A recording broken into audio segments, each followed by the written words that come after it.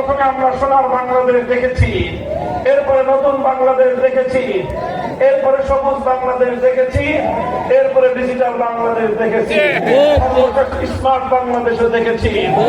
এবার আমরা নতুন একটা